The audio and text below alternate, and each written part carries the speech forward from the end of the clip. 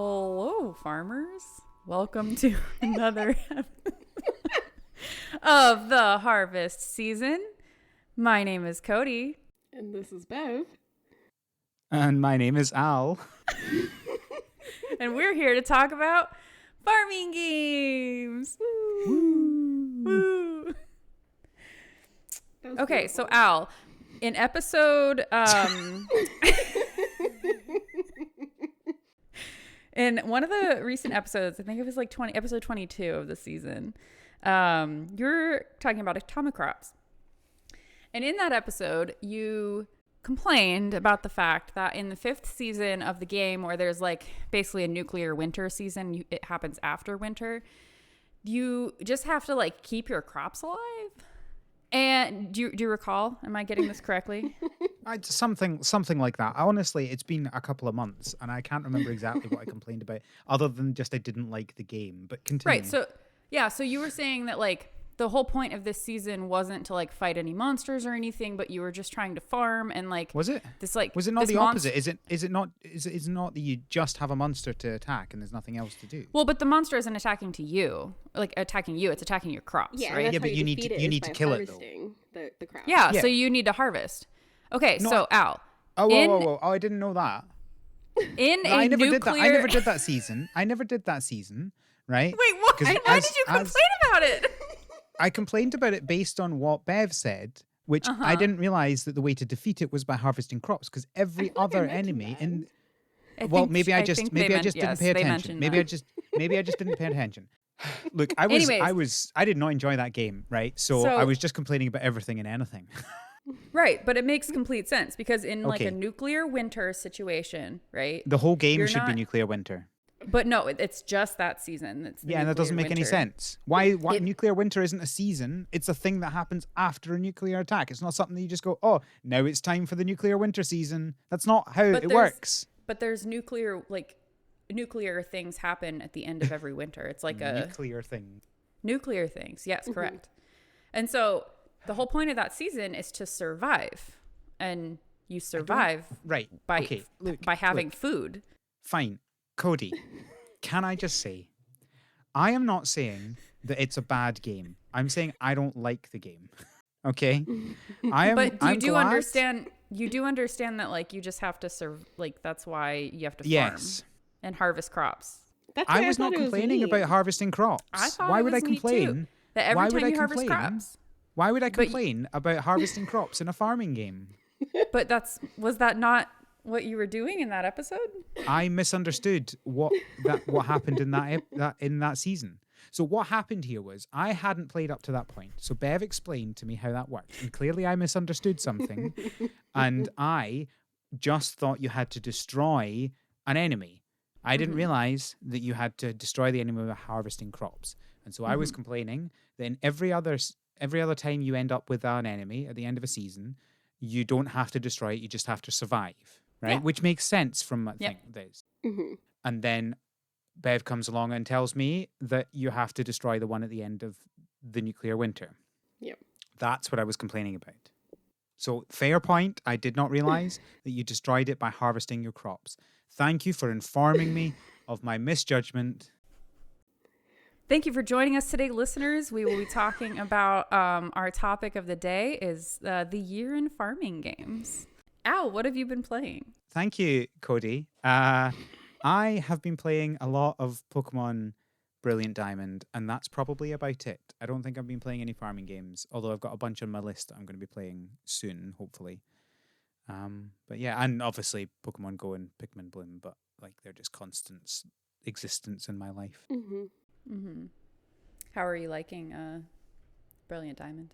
I'm very much enjoying it. So I completed Shining Pearl in about a week, and then I decided to do a Professor Oak challenge for Brilliant Diamond, and it's quite challenging. And but yeah, no, I like the games. I think that they could have improved a few things. I think that they stuck a bit too much to the kind of old style of doing things in some things. It's weird what they decided they wanted to improve and what they decided that they were going to stay faithful with. But in general, I have been enjoying it. For our listeners, can you explain what a Professor Oak challenge is? So a Professor Oak challenge is when you you cannot defeat a gym until you have obtained all of the Pokemon that you can before that gym, both in catching and evolving. That is how I've played these games all my life. Fair enough. That's good. Well, I didn't realize that also included evolving, because I've been catching everything that's in, because I've also been kind of playing it that way, but I didn't realize it also included like evolving. That sounds a little. Oh yeah, Yeah. actually, I haven't done that. Yeah. Yeah. Yeah. Because like That sounds there's fun. so though. many tradable evolution ones early on. Well, and so it's that's so awful. it's without trading. So Okay. you don't Okay. do so both in terms of you can't obviously trade to do things quicker, but then it also means that you don't have to do the trading for ones that you can only get by trading. So you catch a Machop, you only evolve it to Machoke. But your starter you have to get up to the 3rd level before you can do the first gym. Okay. That's neat. Yeah. Bev, what have you been playing? I've been playing a lot of Ooblets. Lens Island. I've been playing like too many games all at once. I still have like ADHD with my games that I just keep jumping from one to one. Animal Crossing. What else? Pokemon. And I think I started up like Stardew because I don't know. I was just feeling the Stardew itch again. Yeah. Gets to that time of the season. Yeah. It always That happens with me too. It happens. So in March, it's always Animal Crossing. Like in March, I'm always like, I need to play Animal Crossing. I think about a month ago was my Minecraft itch. I feel like I always Kinda get remember- this itch like when I'm traveling too. I don't know what it is about like planes, like airports, but like I want to play Stardew because this is a game that's very like just it just makes time go by so much quicker. So it's like a good flight game to play. Do you also have Brilliant Diamond, or do you have the other one? I have both, but I've only played through Diamond so far, and I've been taking it very slow. So like I think I'm on like the last gym now, and I've been trying to do like a kind of Professor Oak challenge, but I didn't realize it was that strict, so I have not been doing it that intently. Yeah. Cool. I have been playing Pokemon Go, Pikmin Bloom, and mostly Lens Island, which came out almost a month ago now. And I've been for early access, so you have to have kickstarted it. Or wait, can you get it if you didn't kickstart it now, or what's this? Al, do you know? I think because it's in early access, you can just buy it. Yeah. Yeah. Okay. Definitely worth it, in my opinion. Even as an early access game, it's a lot of fun. I know we'll talk about it later, but I'm really enjoying it, and I feel like they're very responsive with feedback from people. Okay. Yeah, they've made a couple different quality of life changes as the early access has been out that I like how responsive they are. So. I've noticed changes, but I haven't been like keeping up with like the change log. So like Yeah. So like one of them was you couldn't before when you were farming, because there is farming in Lens Island, you'd have to like individually plant all of the things. So like if I wanted a whole bed of roses, I had to plant each rose individually, but now you can just hit like plant all and it'll plant everything. I did notice that. Yes. So that was the thing that happened. They also increased some of the drop rates. Like the first week or so, it was like pulling teeth to get some things to drop, and now it's a lot easier. Okay. Not like easier as in like now it's too easy. Now I think it's like regular. And they're working on key bindings right now for people that need that for accessibility reasons. Okay. So, because right now you cannot change key bindings. So. Okay. Rest in pepperonis, the left-handed players right now. But yeah, that's what I've been playing. Should we talk about some news then? Yes, thank you. I think we should, Al. Cool. So the first piece of news is that we have a new. Let me try that one again. So the first piece of news is that Chibig, who make Summer in Mara and Dayland and the upcoming Ancora Lost Days, they have announced Chibig Presents, which it looks like a kind of game announcement thing, and presumably updates and stuff like that. That's going to be on the 2nd of February next year, 2222. And we got a little teaser of it, which is always very funny when you get a teaser of a teaser, essentially. Um, the games that we saw in that were Dayland, Summer in Mara, Ancora Lost Days, and 2 other games that we haven't seen before and we don't know what they are.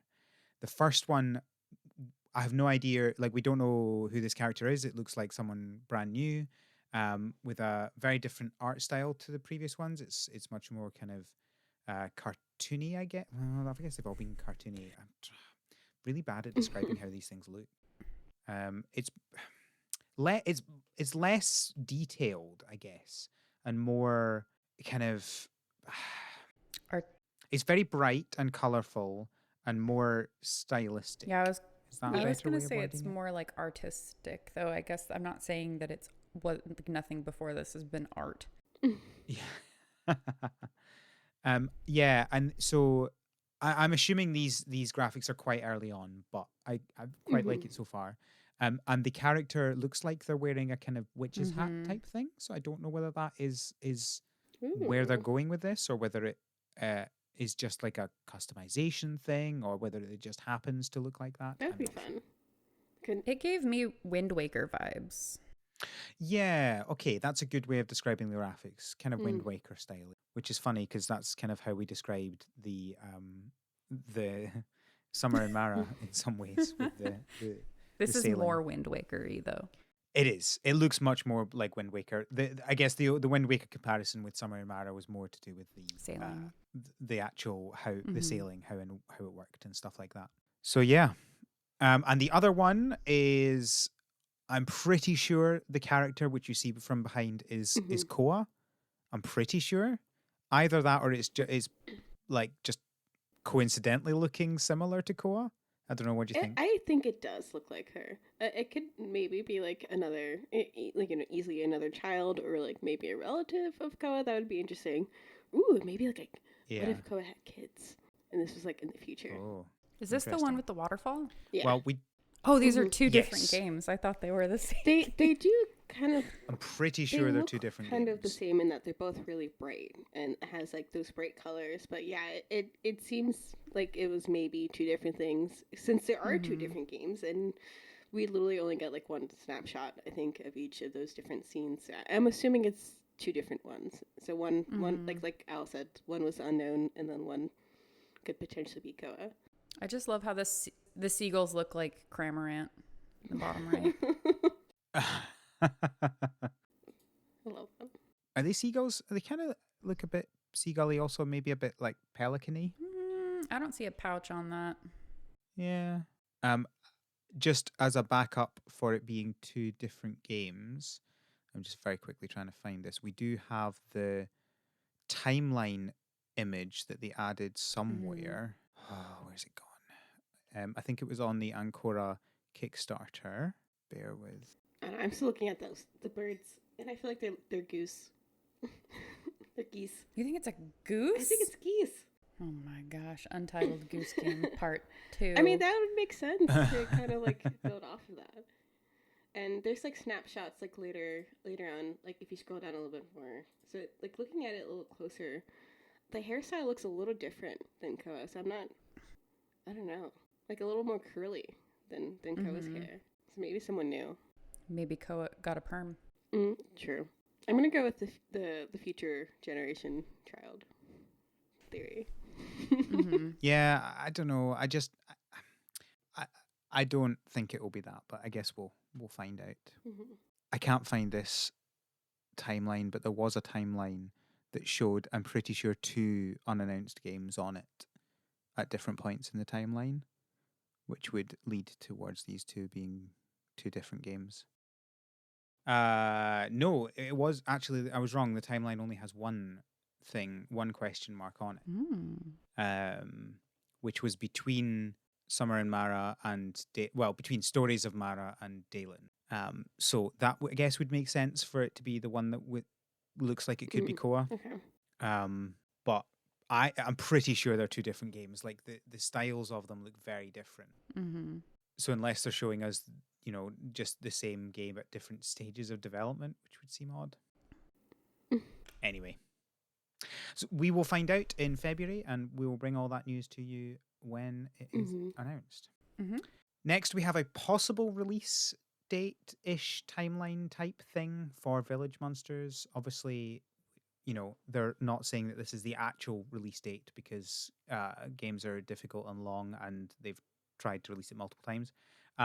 But there's a possibility that the second week of January could see the release of 1.0 of Village Monsters. But obviously, don't go and shout at them if it doesn't happen. Mm-hmm. Mm-hmm. We also have an update for Moonglow Bay. This is a fishing game. If you haven't heard of it yet, it brings a bunch of extra kind of gameplay, quality of life improvements, menu and UI changes, that sort of stuff. So if you've been playing the game, the link will be in the show notes for the list of the detailed stuff for that. I have not been playing this game, but I want to mention two things. One, that dog is adorable. Actually, three things. I lied. Two, I love how it looks like there's a coffee stain on the patch notes. Mm-hmm. That was a really cute little touch that they totally didn't have to do, but it was totally adorable. Mm-hmm. And three, I love that the boat is called the Two Cats. I also haven't been playing this, but I I missed that. want to play this. It just looks so pretty. Yeah, it looks really pretty. So I've not played this either. But I really like it just says your boat, the Two Cats, can now be docked at the marina docks by the aquarium. And it just keeps referring to it as the Two Cats. And I was like, oh my gosh. So I like that. That's very cute. Mm-hmm. We also have Spiritfarer. So in the last episode, we said that the final DLC had been released, except on Switch, because there was an issue publishing on Switch. That has now been published. So if you play on Switch, you can now get the final DLC for Spiritfarer. Is it a frog? Referring to the tweet that's in the show notes. Oh, yeah. So if you've not played Spiritfarer. No. Yeah, so the character you're seeing in the GIF on the tweet is Atul.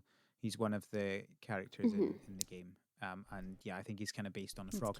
They never really... So the characters, the models that they have aren't their original forms. They were all humans, but in the spirit world, when they're being transferred across to the afterlife, they take different form, I think. And I think that's what they're saying, and that's Atul's form. Cute. It's a very cute game. Yeah. I'm now that it's fully out with all the updates that they planned, I definitely want to do a full playthrough because it's very wholesome. Yeah.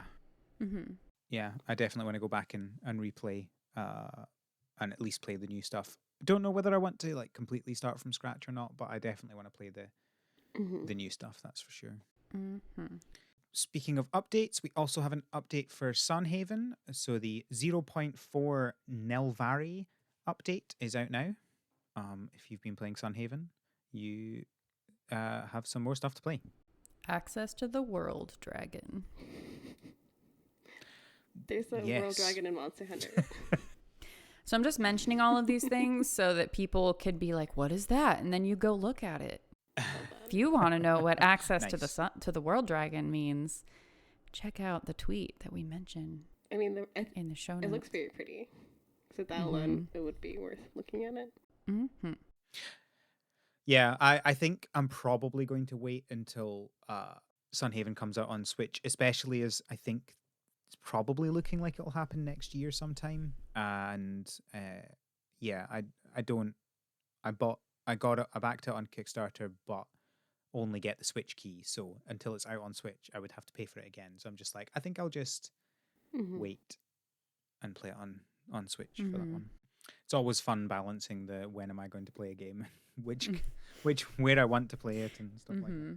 And another update that we have is there's a new update for Atomicrops. This is the Reap What You Crow update. It includes a new playable character who is a crow. So cute. A new plant, oregano. or as I believe you Americans say, I oregano. was gonna say, can you say that again? Oh no. Is that really how you Oregano. say it? I'm pretty sure that's how it's said. Oh, yeah. no. Oh my gosh. Outside Oh of no, America. no, no, Oregano. no. It's oregano. In America, it's oregano. Oregano. I'm pretty sure this is one of these. I'm pretty sure this is one of these things where America's the It's weird like the aluminium thing. Yeah, at least aluminium's actually spelt differently though. And actually aluminium is that's actually us being wrong with that one. Apparently with that one it was always aluminum, but for some reason British scientists decided that they thought that sounded stupid, so they added here in we the extra go. I. Oregano pronunciation. I mean, like, oregano is, like, the way that you would pronounce it, and I think in Spanish and other, like, Latin languages. So Oregano. Yeah, it exactly. makes sense, but it just sounds so weird now. English to Spanish Anyway, translation. and also some new Mhm. weapons. There are... Bev, I think I talked about the U-Boats update. The event okay. All right, in the then last I'm just episode. making sure. I'll maybe remind people Okay. about Well, it I just wanted to, like, just 'cause there's it's a there. couple more notes on the update to the atomic crops. So there's a patch notes that included apparently they've guns no longer break, which is I feel like huge to me.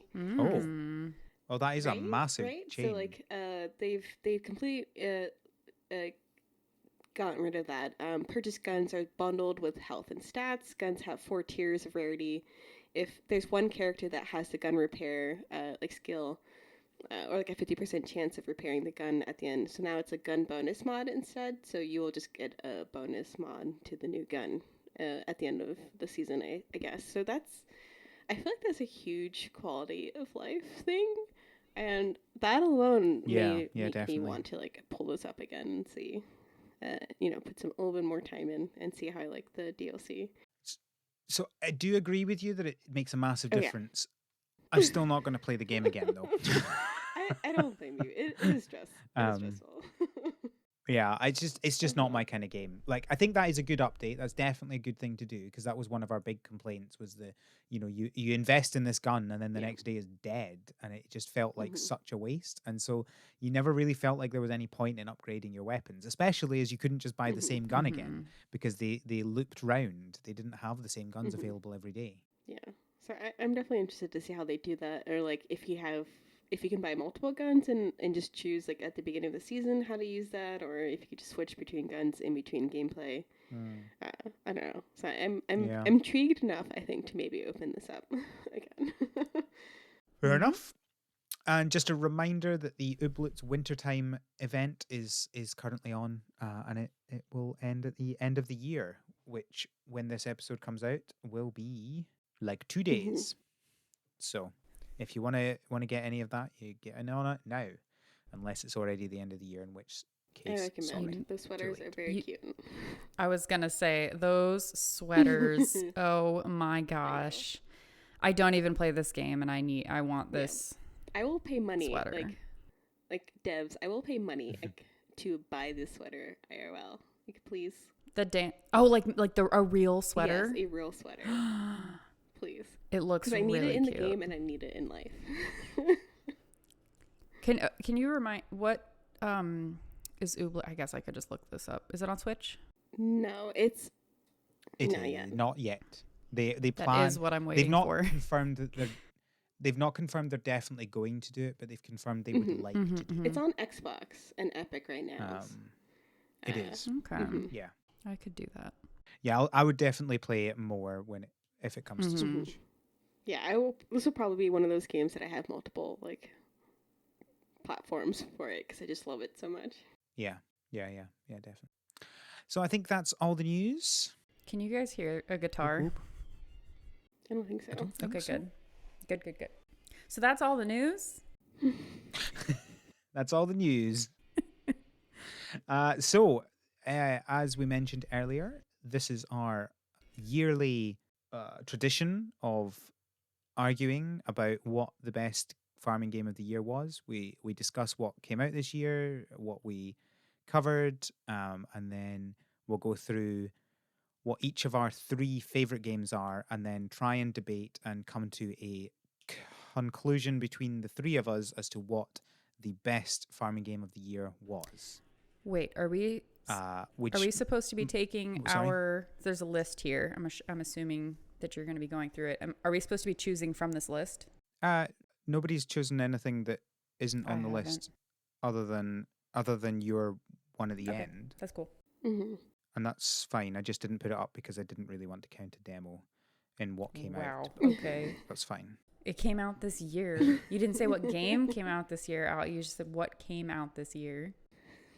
I'm putting it That's on why there. DLCs count. So let's discuss what came out this year.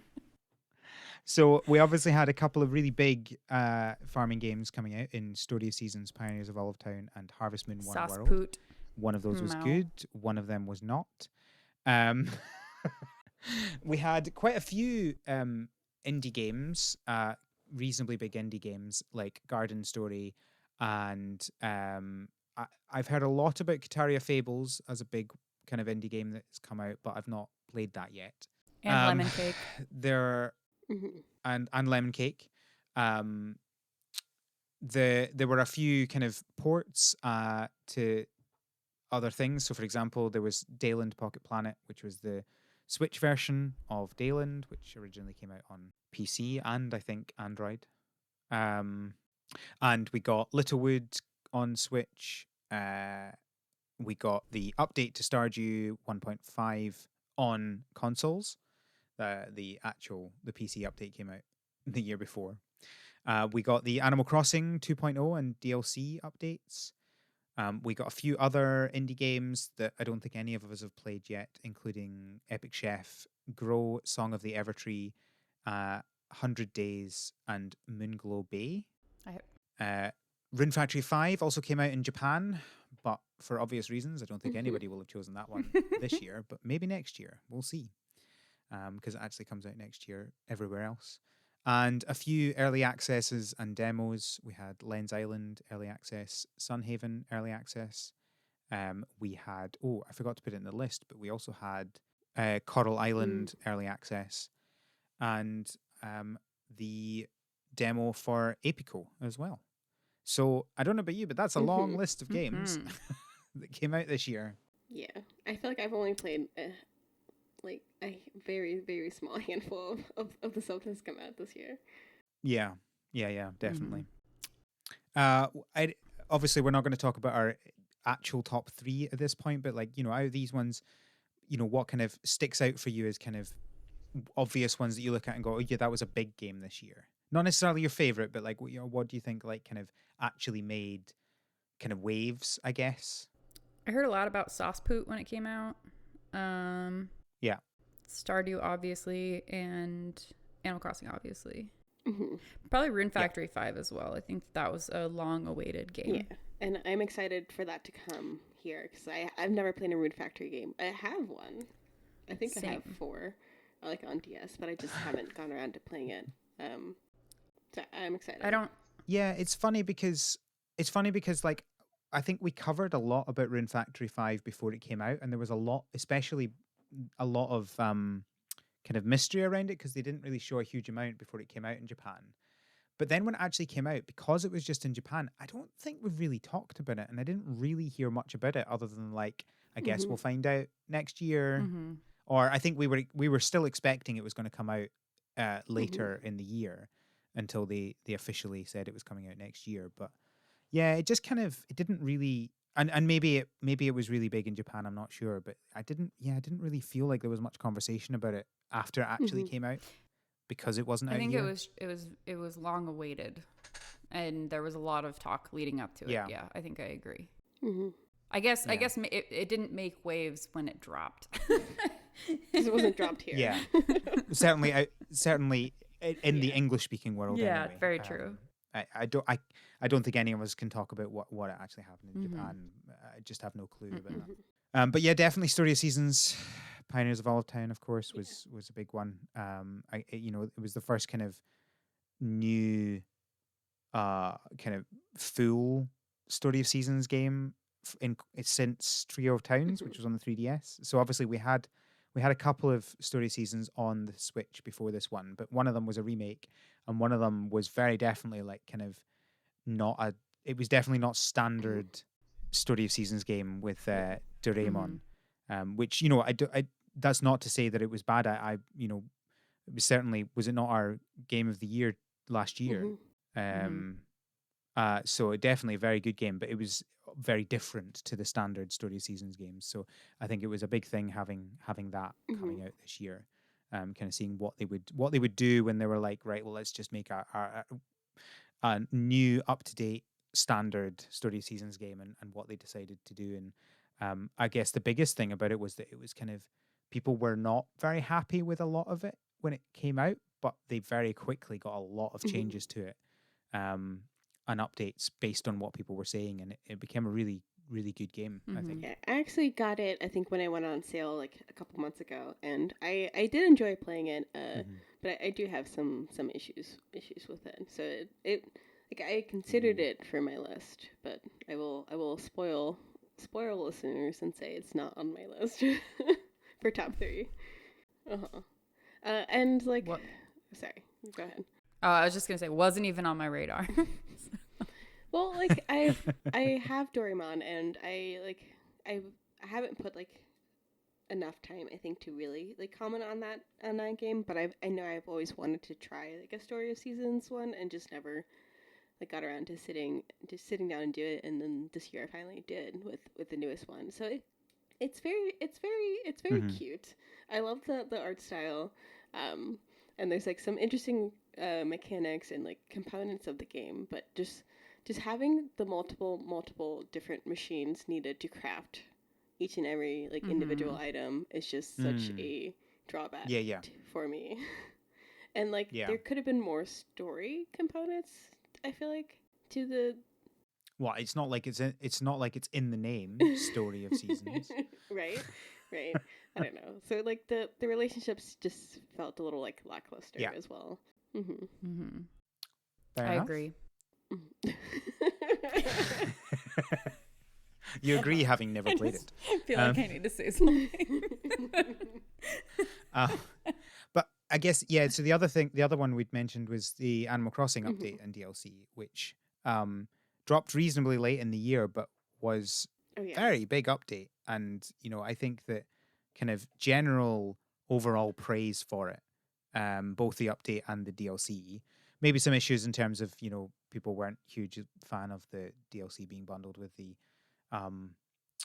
expansion pass for Nintendo Switch Online, but I didn't see many complaints about kind of what was actually included in the update, and I think that was really beefy, much bigger than anyone really expected, and kind of included almost everything that people were kind of asking for, other than, I guess, more personality for the villagers, which is kind of the big thing that's people are still missing. I really hope since they've essentially said like they're not working on this game anymore, even though they continue to do updates. I really hope the next game, like the next Switch game, they've everything's been built up to this point, so maybe they'll have a little bit more time to work on the personalities and incorporating that back into the games, because I would like that. I want my villagers to yell at me and get upset at me. I think it would be a really good thing if they were to do kind of let's not make a new game from scratch. Take what we've got, because like it is really good. The the engine is good, the graphics look great, blah blah blah blah blah, and make a new. I don't, whether they want to do another kind of island-based game or another town, or like however they want to do it, maybe on a volcano, whatever, it doesn't matter. And build up more kind of stuff around that. They could have a pretty good game really quickly with, in a much shorter time, because I don't think there's anything within the game that is like that is going to hold them back. If they wanted to base their game on New Horizons. But I guess we'll have to wait and see. I'm not a game developer. You can't predict the future. I'm still looking for David Bowie Cat. That's where I'm at with that game. I got Bisexual Galaxy Bear. That's all. That was the other one I wanted. Wait, which one is that one? Oh gosh, what is her name? It's the bear that's like, she's like a blue to pink bear. And I think her name starts with a J. Judy. Judy? I don't think I've heard of Judy. Yeah.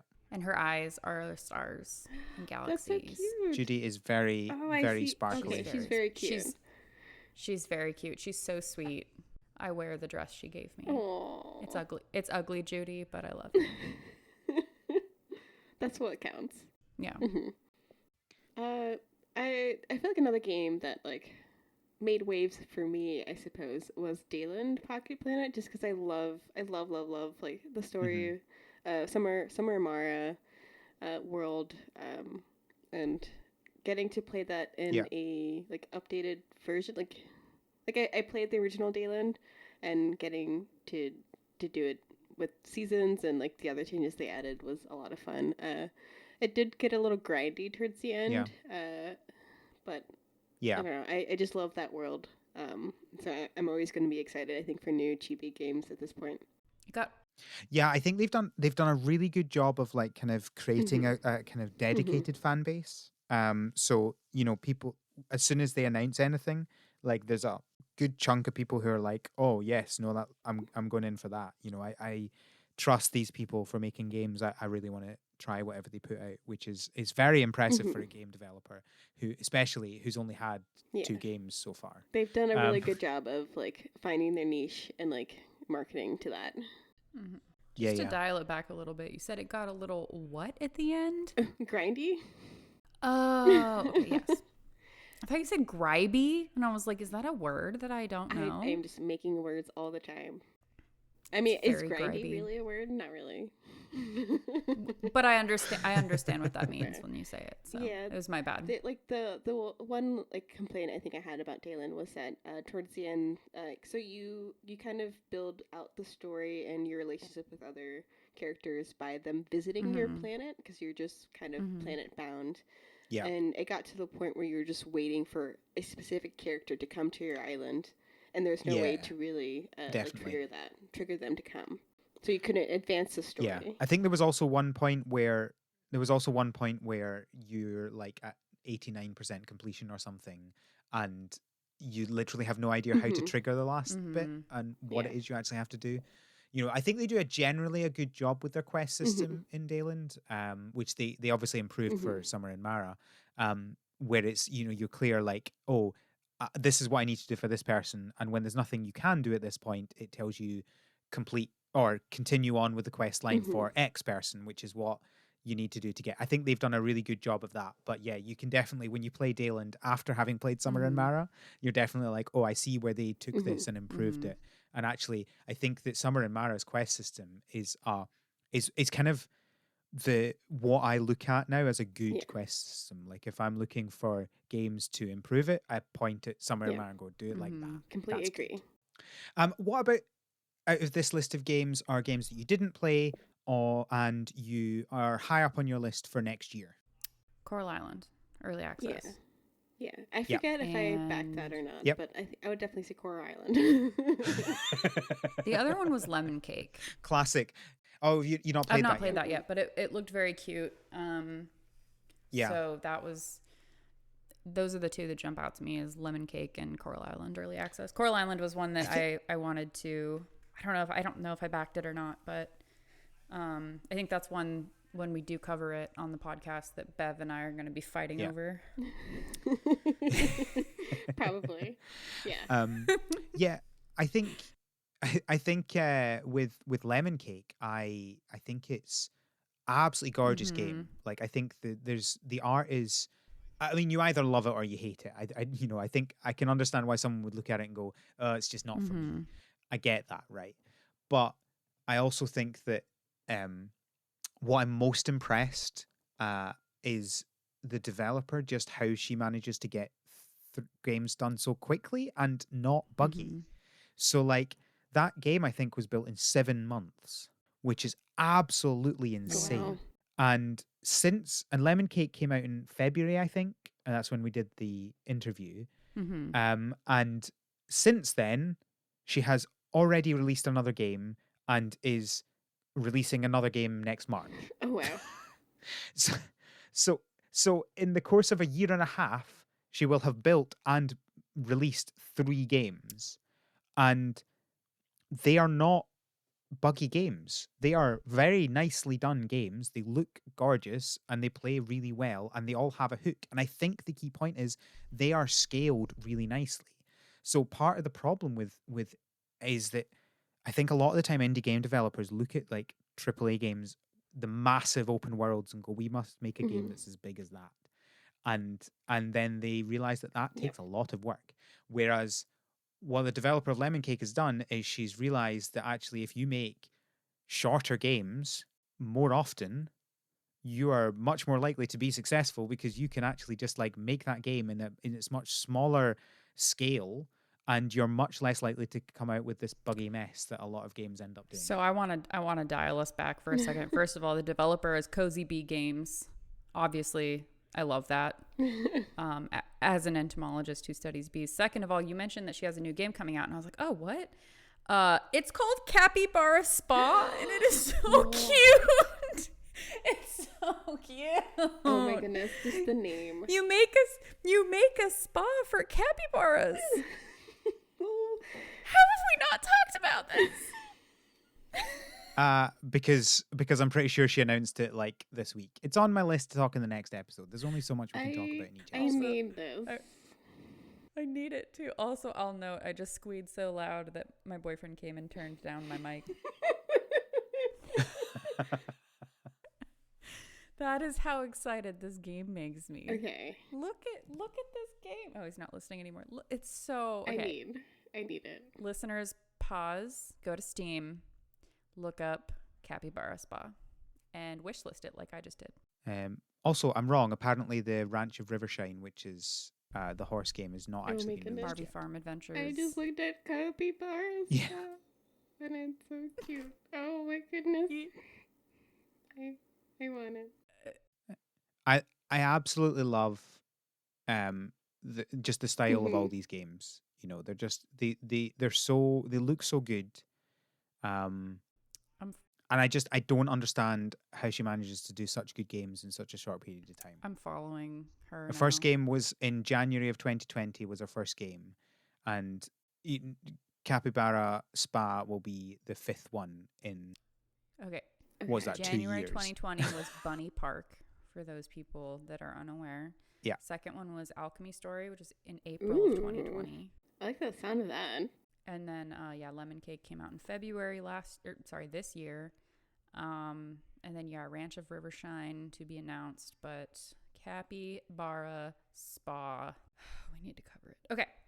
Yep. Okay. I definitely That's agree what with I'm that. looking forward to. I definitely agree with the smaller like games things, because like one of my favorite games that we covered I think this year, not necessarily came out, but was like Turnip Boy, which was maybe a 5-hour game. Yeah, definitely. And it just felt so good to be able to play this really really well developed game, and like really quirky and like entertaining, and just be able to complete it.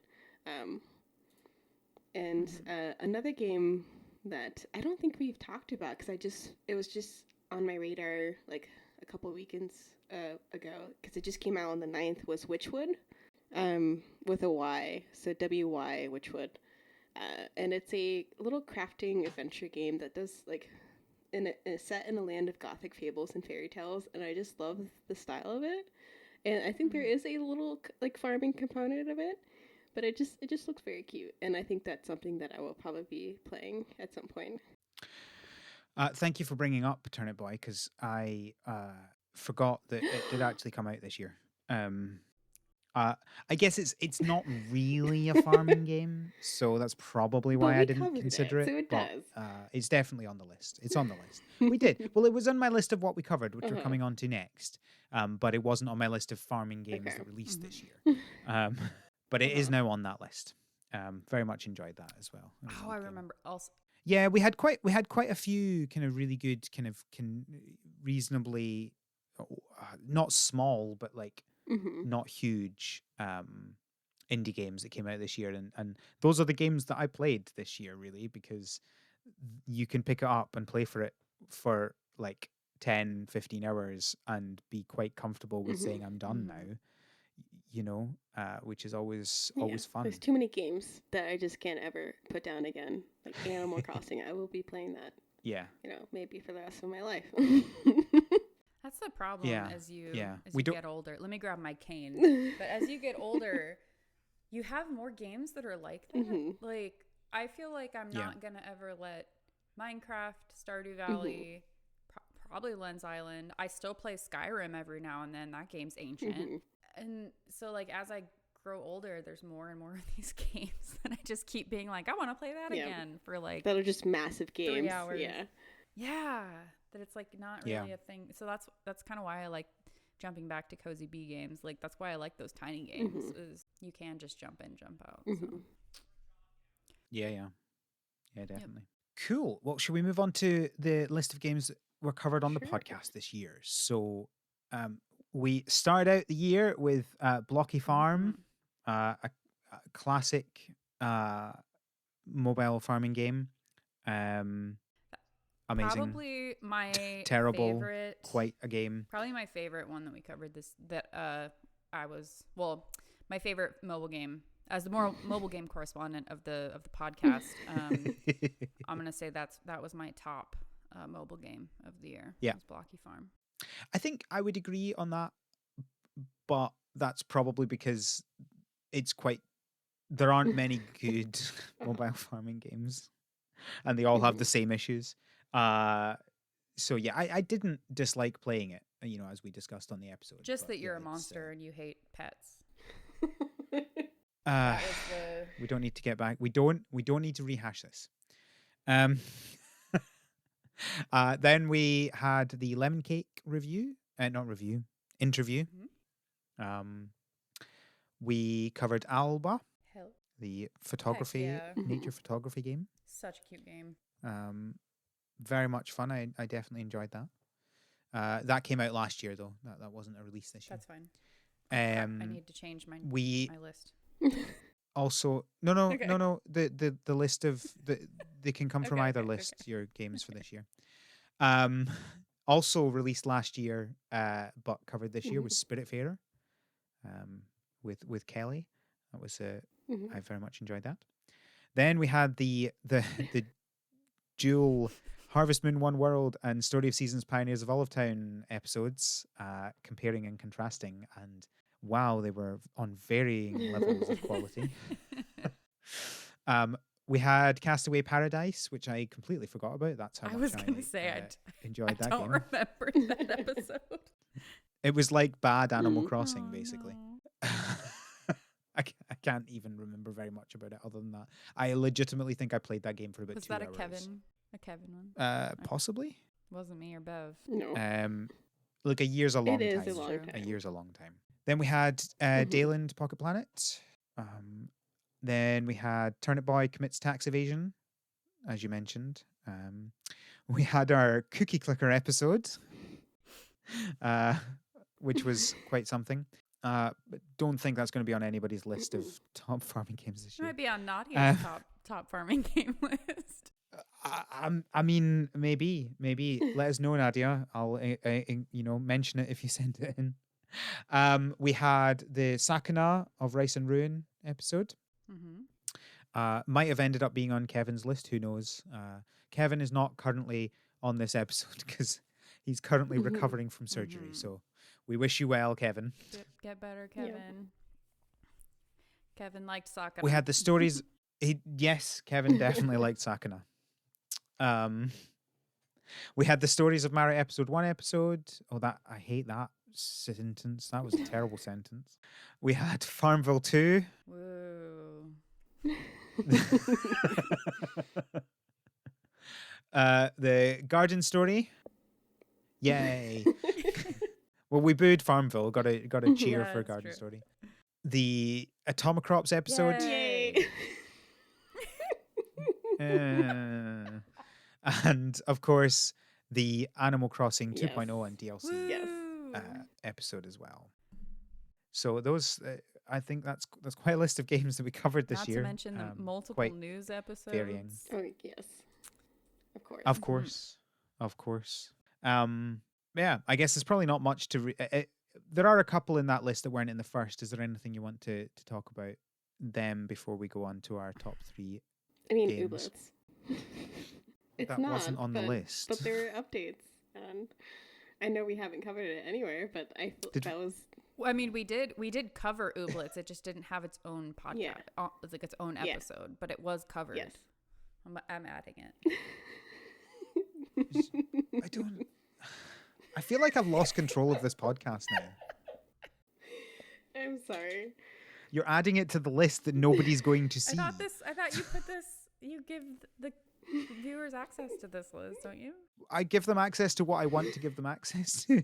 No, I don't just copy and paste our show notes document because it's quite often full of a bunch of rubbish. I generally just give them the links. It makes me feel better to put it in there. Yeah. Fine. Ooblets deserves I'm to glad. be in here, I'm glad okay? you're happy, Codey. They've been working on this game all year. Okay. Yeah, Al. How Fine. dare you say that Ooblets just... It's my list. I introduced the Look, I'm not- podcast, Al. Oh dear. So, shall we talk about our top 3 farming Sure. games for the year? Who would like to go first? You need Yeah, to we go gotta first. go 'cause it's ABC. All right. Okay. Fine. So my top 3. These aren't in a specific order. I haven't decided the order yet. I don't think the order actually matters. But my top 3 farming games for this year: Story of Seasons, Pioneers of Olive Town, Spiritfarer, and Animal Crossing 2.0. My Bev. top 3 in ranking order is Animal Crossing 2.0 DLC, Lens Island, and Turnip Boy, because that we're allowed to use episodes we covered, so that's making the list now. Okay, I've changed mine. And I've Codey? changed mine to my order. My order is top Lens Island, early access. My second one is Alba, A Wildlife Adventure, and my third one is the demo for Apico. Always liking to be difficult. Oh my gosh! Okay, Does Alba count as a mobile game? kind of, yeah, because it was. You've only got one mobile game on your list. That's I shocking. know that's bespeaks to the. And it's also a game that didn't The come out this state- year, and we didn't cover It's this on. year. We did cover We it. did this Oh no, cover it is on the yeah. list. Sorry, yeah. Excuse me. Literally just talked about that 2 minutes ago. Excuse me. So, cool. We now have the fun, as last year, of trying to figure out from these 3 lists what our combined podcast best game of the year is.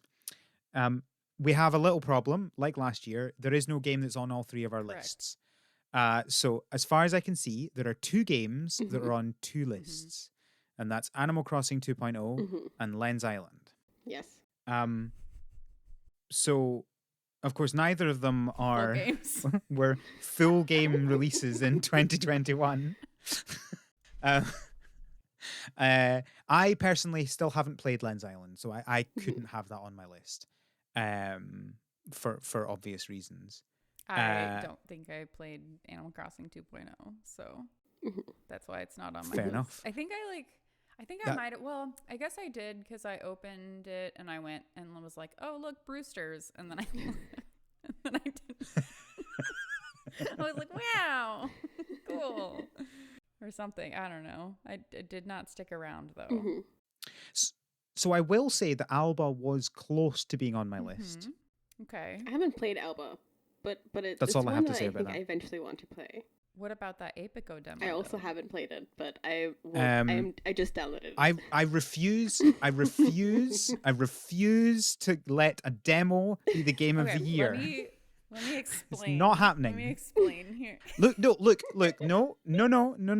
Look, you can make an argument for it next year when it actually comes out. I am not letting, this is my podcast, we are not letting a demo be game of the year, right? It's bad enough that we might end up doing an update for a game. We are not doing a demo. What about an early access? of Early it? access is arguable, so- but a So it demo sounds like is a you're- wholly different it thing. sounds like you're saying that the DLC should be disqualified. You're saying early access is acceptable, but DLC is not. That's No, that's I what didn't say that. That's what you just inferred. No, That's what you implied. I'm not saying that Animal Crossing is going to be the game of the year. I don't think it can be, Okay. but not because it's an Well, update. why do you That's not think what I'm Sauce saying. Poot is good? Come on, fight for your games. I don't think there's any point in fighting for that one because, well, neither of you enjoyed mean, it as much as me. I didn't I don't not think there's enjoy any point it. in I fighting just for that think one. there are better games that I enjoyed. Like Ooblets, which Yeah, I could that's add fine. Ooblets to this list. I could cheat and add 4. Because we... Nope. What? Okay, right. Here's another thing. I also was very close to putting Turnip Boy on mine. But you didn't. So No, Cody, this is about trying to find a game that we are all happy with as being the game of the year. what? Okay, what do you? Let's Bev. Yes. Bev, what would you think? I don't know. I mean, I think I would pick Animal Crossing just because of how massive the update it was. Like literally giving us everything that we wanted in this past update and DLC. So I would consider that. And like that came out. I guess that was also a late year thing. Okay, never mind. I was gonna use that as an argument for why Lens Island could work because I haven't had enough time to like put in more time into it because I'm basing my favorite off of the amount of hours into it. So my number one is Animal Crossing for the number of hours I put in this year.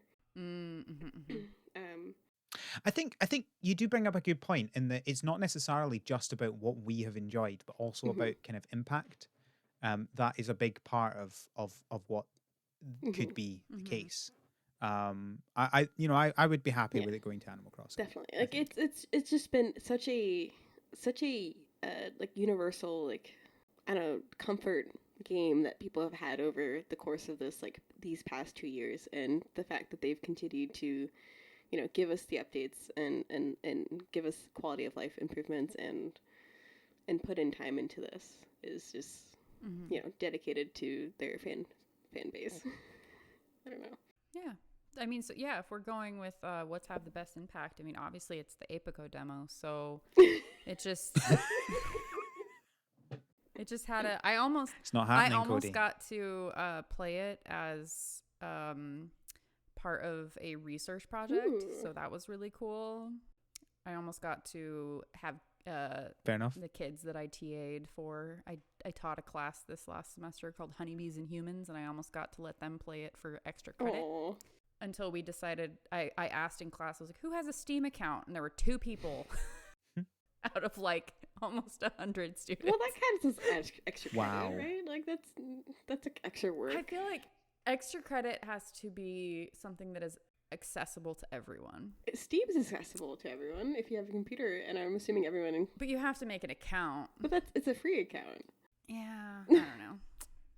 No, I mean, universities make you make yeah. accounts for a whole bunch of things. that's anyway, true. right? I wasn't going to make kids do it though. Anyway, no, I think Animal Crossing that did have the I think if Lens Island had had more time in the year for sure. Yeah. I do think that they are making good strides forward, and I've been enjoying it in the 3-ish, 4-ish weeks it's been out. But I don't think it's had enough time to really oust Animal Crossing Definitely. from its throne. It also has many more chances. Like I would not bet against it winning. Next year or the year after. I don't think. I think it'd be crazy to say that it's impossible. Spoiler for the future. I can't spoil something that's not happened yet. Spoiler alert. We've already recorded that episode. So before we crown Animal Crossing, so first of all, Cody, do you have an issue with Animal Crossing? I mean, no, I think that Okay. I'm not informed enough to be able to truly truly say it's my game of the year. I think that no, that's fine. Yeah. This is not about your game of the year. It's all about right? mine. You don't It's have me. to say this is your game. this of is the my year. podcast. It's- right. Okay. So before we crown Animal Crossing, I would like to make one last attempt as an alternative. Okay. And that is Spirit Okay. Fairer. Okay. So I think Spirit Fairer, first of all, absolutely incredible game, and they've come out with multiple very big updates this year. They have it became its own cultural thing, not quite to the level of Animal Crossing, but it's also an indie game. Like comparing this game to Animal Crossing in terms of how it impact, you can't just look at exactly how much it did and how much it was talked about. You have to look at compared to what it is. You know, one came from Nintendo. Sure. You know, um, so I think that that is a massive thing. And I think the other thing about Spiritfarer was that you cannot accuse it of lacking depth. You absolutely can accuse Animal Crossing of lacking depth.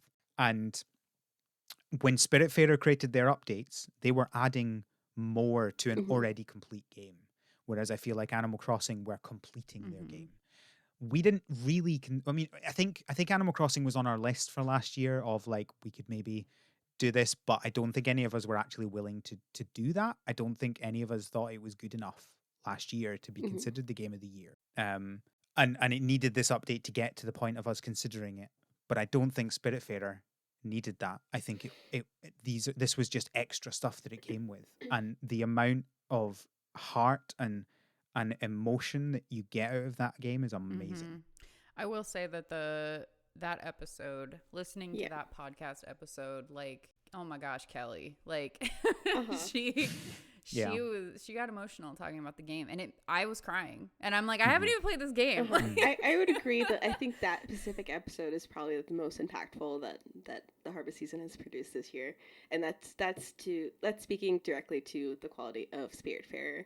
Like the only reason why it's not on my list is because I feel like I personally haven't invested enough time into it to warrant it being on my list.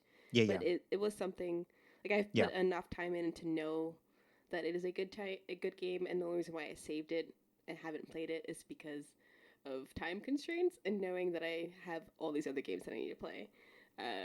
Like out of this very large list, I have a handful of games that I've played this year from this list.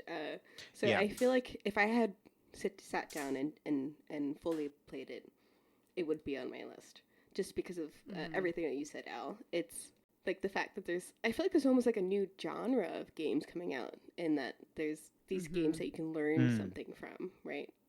Like learning how to deal with grief, learning how to deal with like depression, and that Spiritfarer falls directly into that. So it's just it does it so well, but it also is a fun game to play. Like you don't feel like you're being, you feel like you're having your heart ripped out of your body, but you feel like you're happy with what's happening. You know, you don't feel like it's not cheating in any way. It's not kind of taking any cheap tricks. It's just kind of going, this is what it is, and this is something that we all have to deal with. And I guess, grief is the one thing that we all go through. So and it also had more farming in it than Animal Crossing did. That's fair.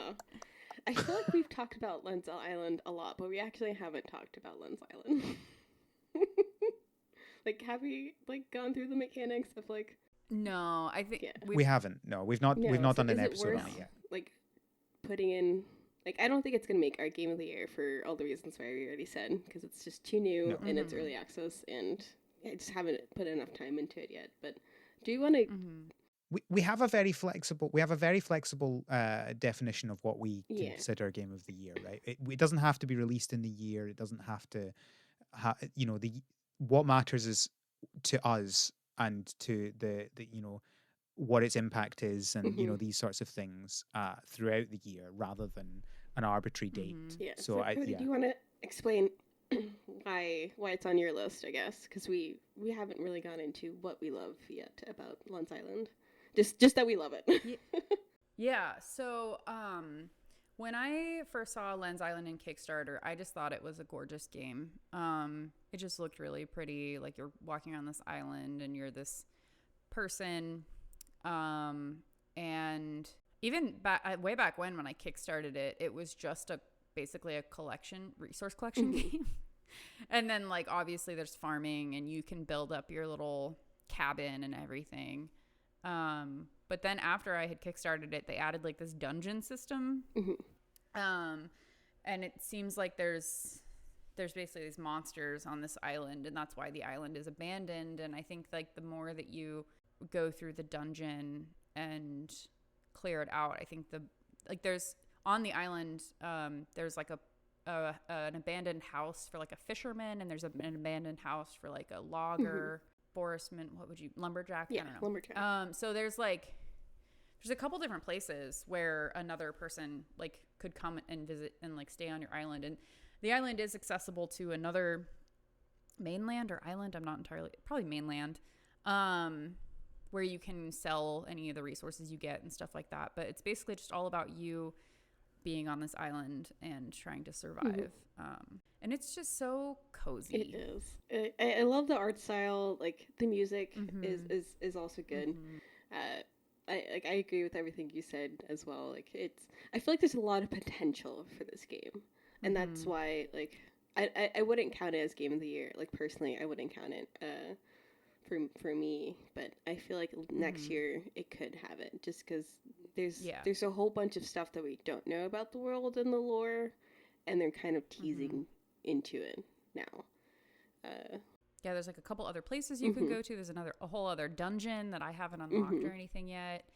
There's the dungeon that I mentioned is basically like a mine that you can go into, and there's all these monsters, and then you find a forgotten city, and there's no map. No. I think I was really grumpy about the fact that there was no map at first, but like I actually kind of like it now that I've been playing it, because I know like I have to just remember where everything is. And like I feel like I'm such a huge fan of guides. Like I like being handheld, like going into games or having some sort of reference like I can use to know what to expect of the game. And this is like since it's early access, there's really none of that available to you right now. There is no map, so it was a little frustrating, but at the same time, the exploration aspect of it is kind of rewarding.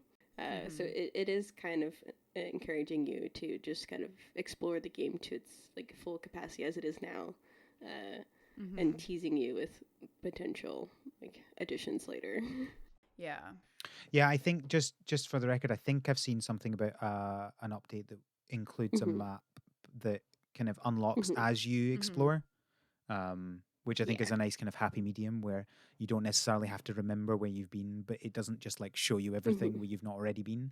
So it very much is exploration, and you're almost drawing the map as you go, same. Which I like. Because it's very much feels like you're kind of abandoned on an island and you're just inhabiting it, and then you actually have friends in another town that's not too far away. Yeah, but they're not gonna come and tell you how to live or anything. So it is very exploratory, and I kind of like that. I almost actually literally like started drawing my own map, like on a piece of paper, because I kept trying to figure out, because you have to like go through a part of the dungeon / mine to get to the Forgotten City, and there's a couple paths you can take to get to it, but I kept getting lost, so I literally almost like just drew my own map. But yeah, and then there's like, you can build and unlock different things to put in your house. There's multiple things you can farm right now. I finally unlocked the windmill. It took me a hot second. But I now have like 3 farm plots and the water tower, but you had to manually fill the water tower before. But I think with the windmill, it allows the water tower to be filled by itself. Like if it's right next to a well. I haven't unlocked that yet, but I'm really excited about like automating stuff, like automating the farming a little, at least the watering. Yeah, the watering was, well, and you can do it with the water tower, but then you have to manually fill the water tower. I think more than anything, the thing that I was really excited about was adding with the windmill, turning wheat into grain so that I can make bread. Because I get my booty kicked in that dungeon. And up until this point, like the only thing that I had to eat was berries that I harvested. And I'm hoping that the bread gives me a little bit more bang for my buck with food replenishment. Because I've got a wheat farm going. So, I literally just made some bread like 2 hours ago, and I haven't played since then. So I'm excited to unlock it because it seems like it will be more bang for your buck, but we'll see. And like another thing is that there's like a bakery you can unlock in the town, and there's like a little plot of land that you can buy as well. So I'm interested. Like it's a lot of money, so I'm nowhere near, I think, anywhere being able to afford unlocking that. And I'm not sure if you can yet, because it could. I'm not sure if it's like an early access thing or not, but I'm interested to see There's a There bakery? is, Excuse me? yeah. If you What? there's like a little like shop that's like boarded up, and I think it says bakery out on the front, and it says like you can purchase it. Oh. Yeah. Oh. I think we're a little bit at risk of this becoming a Lens Island Well, episode. like it's on our list. We have to at least explain a little bit. No. I'm not saying you shouldn't have explained it. I think now we're Okay. getting into a bit too Okay. much specific stuff about it, Should I about do? the bakery. Should I talk about Apico demo more? No. No. I think that's why it's on my list. Is I'm seeing Yeah. more. I'm playing it more than anything else, honestly, except for like my mobile games. Yeah. But that's the game that has my attention right now, and every time I play it, I see I haven't hit a point where I'm like, well, now what? You know, like. Mhm. So I'm excited for that. Yeah. And yeah. No, I definitely think that it's something. I would be surprised if next year or the year after Spoiler it's alert. not on my list or close to my list. Like I have been very excited about the Mhm. game. It's just about deciding exactly when Yeah. to get Mhm. into it. Because they have their I think they said it's roughly 2 years it will be Mhm. in early Mhm. access. So deciding exactly when to jump in is obviously difficult. Well, when did with we? these things, because you don't want to jump. I don't like Yeah. jumping in too early, because if you jump in too early, you then never really get back into it. I Mhm. find Like Ooblets.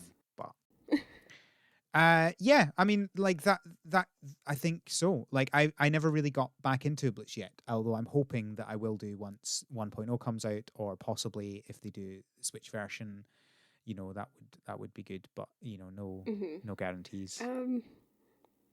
How I'm wondering how early we went with Ooblets. Like, was it as soon as it came out, or did we?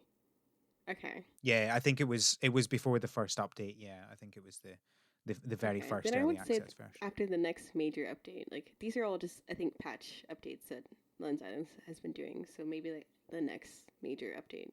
That's Yeah. when. Maybe. Well, yeah, we'll see. I mean, it's definitely Mhm. on the list to do probably next year, because I think the thing is that 2 Yeah. years is such a long time that it feels like, because the full version won't come out till the middle of Mhm. 2023, and I'm like, I don't sure I Mhm. want to wait that long. Whereas, for example, Coral Island, they're currently expecting their full version to come out at the end of next year, and it's like I don't really want to start at the beginning of next year and then the really full release come out at the end of the year. I'll probably just play that then. But the next one coming out over a year or 2 years after the first version makes me want to play it earlier. So it's just a Mhm. difficult thing. But yeah, Mhm. So cool. yeah, I mean, jumping back to the game of the year, I think that even though I didn't play it, I think that the game that did have the most impact, like you said, Al, was Spiritfarer, especially. All right. So we're all good. We're happy with Spiritfarer being the I podcast am. game of the year. Yeah, Mhm. it's also on my Awesome. wish list, and I might. It's also for not for anyone else, but for us, it's 50% off for another day. Ooh. So Do I need this? I already have it. Is It's it on on- Steam? That's Yes. also on sale. yeah, it's on Steam. It's on Switch. I It's have it on Switch as well. But do I need it on Steam? Oh. No. See, I need it Look, you have one, on Cody. No, Bev, you have one reason to buy it on Steam, and that's because you want to give That them more and money. like, You're well, not going to play it. You're well, going to play it That on your is Switch. what we've done for Concerned yes, Ape. yes, and every single platform. I Yeah. think, except for maybe like PS4. I have. Yeah, and how many of I've them have played you all of actually them. played the I've game put on? like maybe like an hour into the mobile How- one. Okay, but all of them. Yeah, exactly. I own the mobile one, and I have don't think I've opened it even during opened it. a wait during like a DMV like appointment because I had nothing else to do and I did not Do- bring my do- Switch. So I was like, let me try playing Pokemon. It's not Pokemon. Stardew Valley on my phone because the DMV is awful. I Do what will. you want with your money. I But yeah, I mean, for those who haven't played it, absolutely incredible game, Spiritfarer. For those who haven't heard our episode on it, I mean, I don't like to toot my own Toot horn, toot. but the others have said Yes. that it's a very good episode, and I personally Mhm. really enjoyed that episode. It was certainly one of my favorite episodes of the podcast. and I'm definitely going to have to play the game again now that this is a good time to pick it up if you haven't, because that's it. It's done. They're not adding more updates. They've said that that's it. Is the final one, and so if you want to go through all the story, you can. And it's not a really short game, but it's not a really long game. And you can kind of do it at your own pace. Like, you still have to kind of get to certain points to get to the next part of the story, but you can also then take ages between the different parts of the story if you want to, building up your farm and changing upgrading your boat and changing how it looks and that sort of stuff. And there's so much on it that is incredible. Cool. Well, that seems like a very poignant point to end. Yeah, I think that two things. One, I'm glad Animal Crossing didn't win because I hate gyroids. I love it. And no, why'd you have to ruin it? You ruined it. I do want to take a moment, all joking aside, that I keep joking this is my podcast and stuff. I just want to thank you so much, Al. Like, I love this podcast, even when I'm not on it. Probably especially when I'm not on it. Even when I'm not on it, I still like it. When it's not all about me, which is so rare that I like things. No, I love it's something to look forward to. I'm loving this little community that we're making. It's just it's a podcast feed that I know is always going to be positive and interesting. And you've taught me so much about Eurovision and other things like that. How to pronounce oregano. And how to pronounce oregano. That's I did look it up. That's how they say it in Spanish. It's oregano. Oregano. No, I mean, this is coming off sarcastic, but it's not. It's very sincere. I appreciate you, and I appreciate all that you've put into in this podcast. So yeah, I did want to make sure that we said that before. Thank you. But I will also reiterate that and thank Al for including me on this wonderful journey and just producing such quality stuff all the time. Well, you're gonna make me cry. It's the end of the year. We have to. It's yeah. No, I think I know that this year's been tough for all of us, and I know, but like having this to look forward to, and it feeling like I'm a part of it. As I said, even when I'm not, it's just so much fun. Like listening to my friends talk every few weeks. So thank you for inviting us on this journey with you and continuing to pour your heart into this, because I think it's only getting better as the years progress. So, well, thank you both very much, both for that and also for being on the podcast, because I definitely couldn't do it without all of my amazing co-hosts, every one of you, not just the two that are on this one. Shout out to Kev, shout out to Nadia, shout out to Kelly, shout out to Greg, he was on a podcast, Micah, all these amazing humans that were on this podcast this year. It made it a great year. I don't really know how to go after that. Where can we find you on ABC the internet? order. Bev. Yeah. All right, fine. You can find me on the internet. If you want to follow me on Twitter, I am the ScottBot. Scott has one T. I am Bev. available everywhere at BevGranger711, BevGranger. I've actually started streaming like on Twitch recently, so if you want me to actually like play some of these games, feel free to check out Twitch and Twitter and talk to me about other things. I use Twitter a lot to scream about social justice and also farming games, but yeah, if you want to scream at me, I'm on Twitter as well. And you can follow me on Twitter at Codey Mathis, Codey with an E. I will say it is 99% bug content. So I do know some people do not like insects on their feed. First of all, if that's you, please follow my feed so that I can teach you that they are lovable. I also complain a lot about I don't complain a lot. I retweet a lot about people complaining about being a grad student. So yeah, that's me. You can follow the podcast on Twitter at THSPod.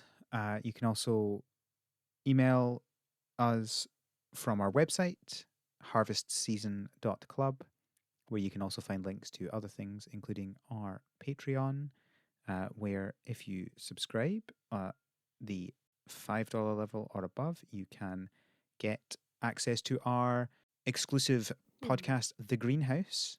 The episode next week is all about our favorite non-farming game of the year. Or in my case, games. Yes. There's a nice tease for you. Yeah, I think that's everything. Thank you, listeners, for listening. Thank you, Bev and Cody, for being on this episode. And until next time, have a good harvest.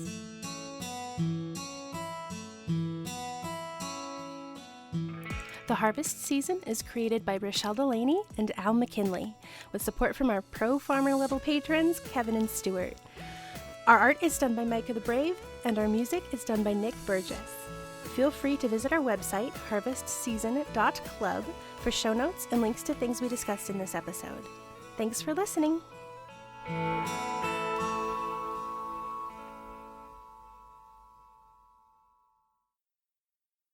Hello, farmers.